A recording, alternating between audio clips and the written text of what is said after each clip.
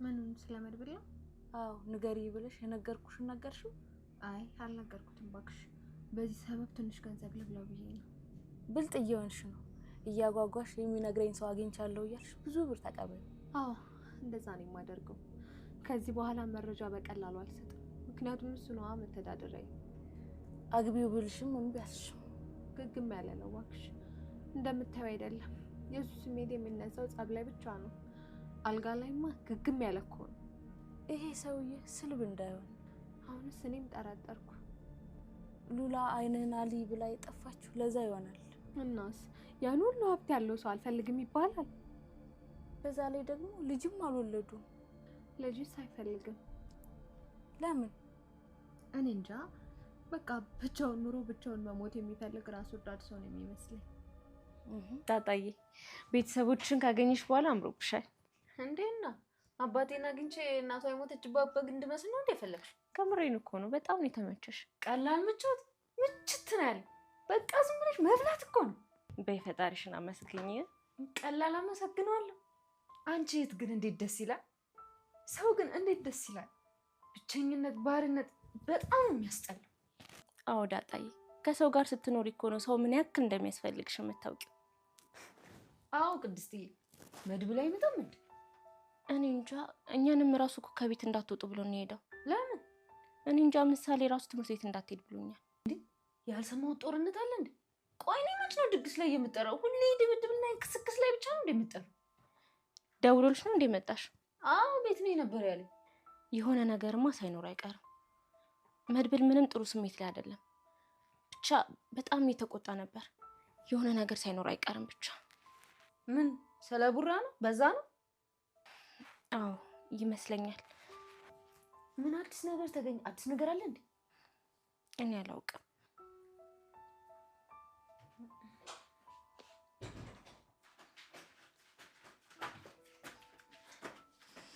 እንዴ አንቺ አባትሽ ጠፍቶ አንቺ ትዘያለሽ?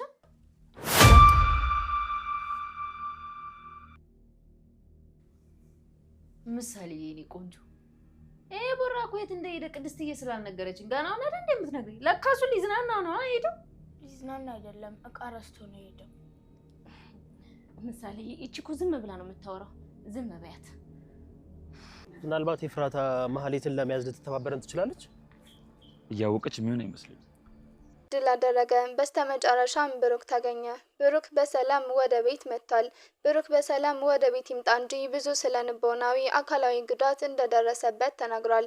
እያንዳንዳቸው በኔ ላይ ያደረሱብኝ ነገር እንደዚሁም ከልጄ ከምሳሌ 2 ሳምንት ለይተው ለቆዩት ከምንም በላይ ያመኛል ሲል ተናግሯል። ብሩክ ምሳሌ ከተወለደች እስካሁን ድረስ በምንም አይነት ተለይቷት አያውቅም።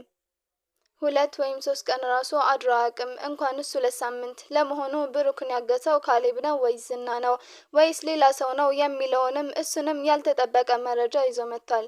ብሩክ ካልተጠበቀ ቦታ ነበር የቆየው። ብሩክ ይህንን ሁሉ ቀናት ከቤተሰብ ርቆ ሲቆይ ከቦታው አንጻር ከቤቱ ብዙም በማይርቅ አካባቢ እንደሚገኝ፣ ነገር ግን ያንን ቦታ ማንም እንደማያውቀውም ተናግሯል።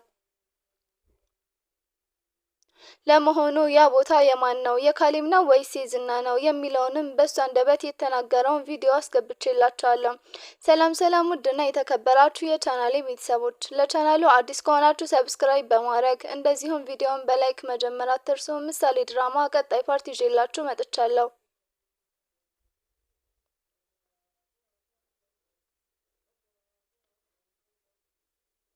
እንግዲህ እንደሚታወቀው ካሳለፍነው ፓርት ላይ ማህሌት ታግታ ነበር።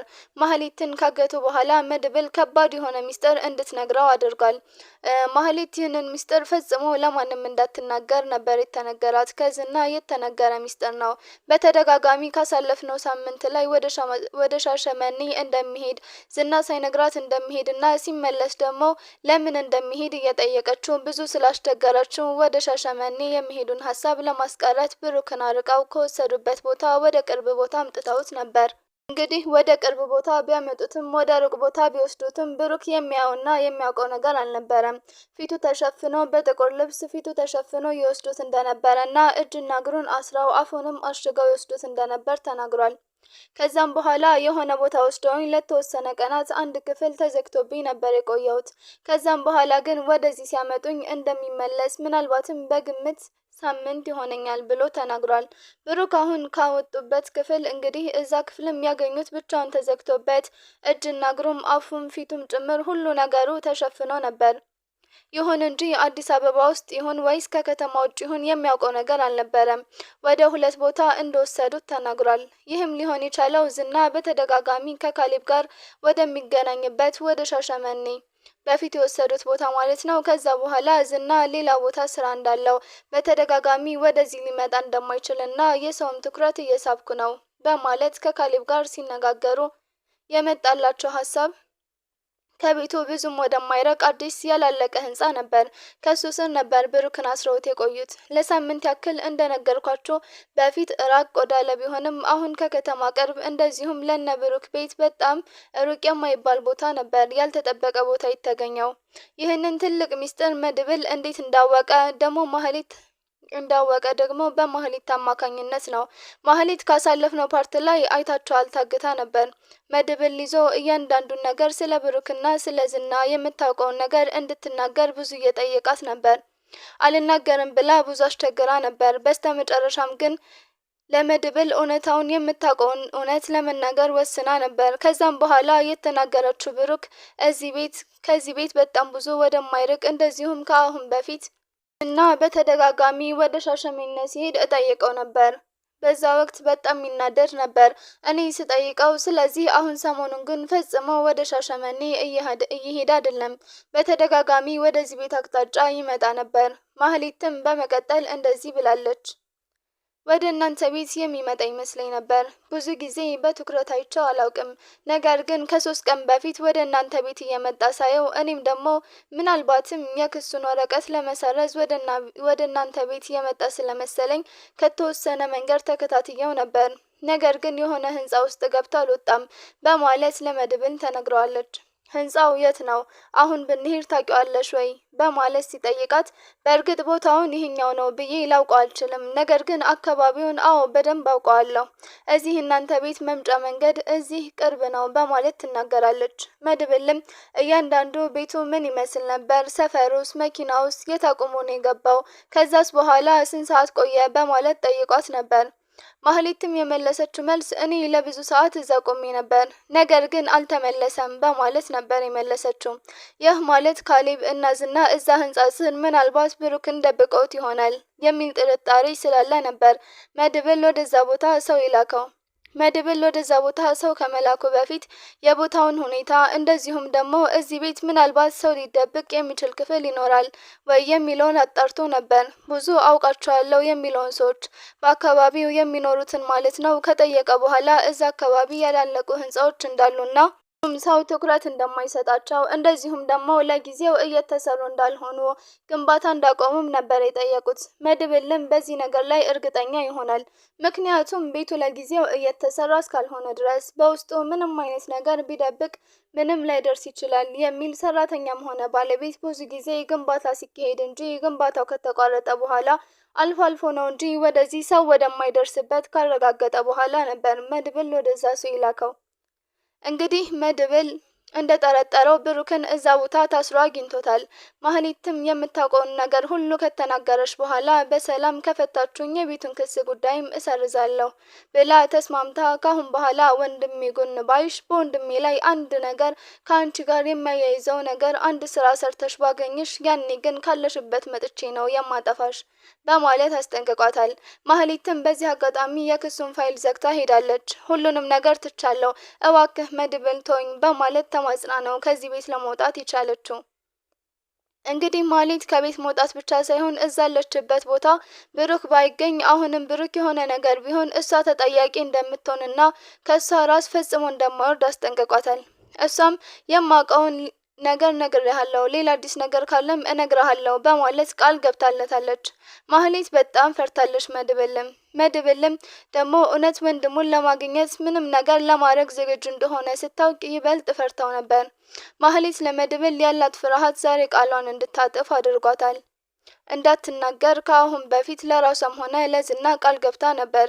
ስለዚህ ዛሬ መድብል ፈጽሞ እንደማይለቃትና የምታውቀውን ነገር ያለ የሌለ ሁሉ ካልተናገረች በስተቀር መድብል ማይለቃት እርግጠኛ ከሆነች በኋላ እንግዲህ ለመድብል እውነቱን ለመናገር ተገዳለች። በዚህ አጋጣሚ ነው መድብል ወንድሙ ብሩክን ለማግኘት የቻለው። ብሩክን ለማግኘት ሲሄድ ለሞገስ ደውሎለት ነበር።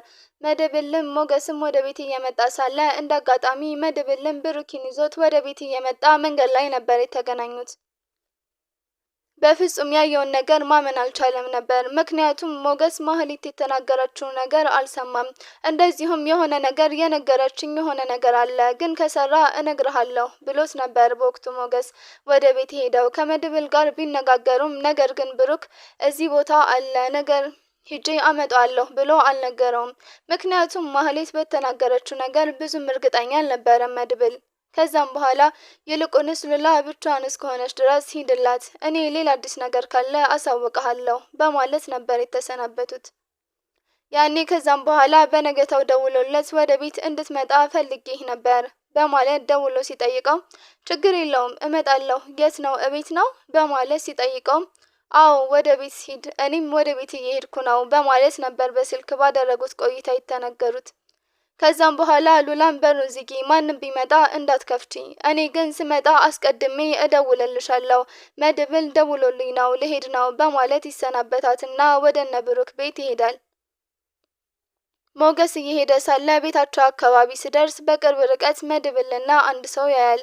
ሞገስ በሀሳቡ ብሩክ አሁን ከመድብል ጋር ሆኖ የሚለው አልመጣለትም። እየቀረበ ግን ብሩክ መሆኑን አወቀ። እውነት ለመናገር በጣም ተጠራጥሮ አይኖቹን ይበልጥ እየጠረገ በደንብ ለማየት ለማረጋገጥ ሲሞክር ነበር።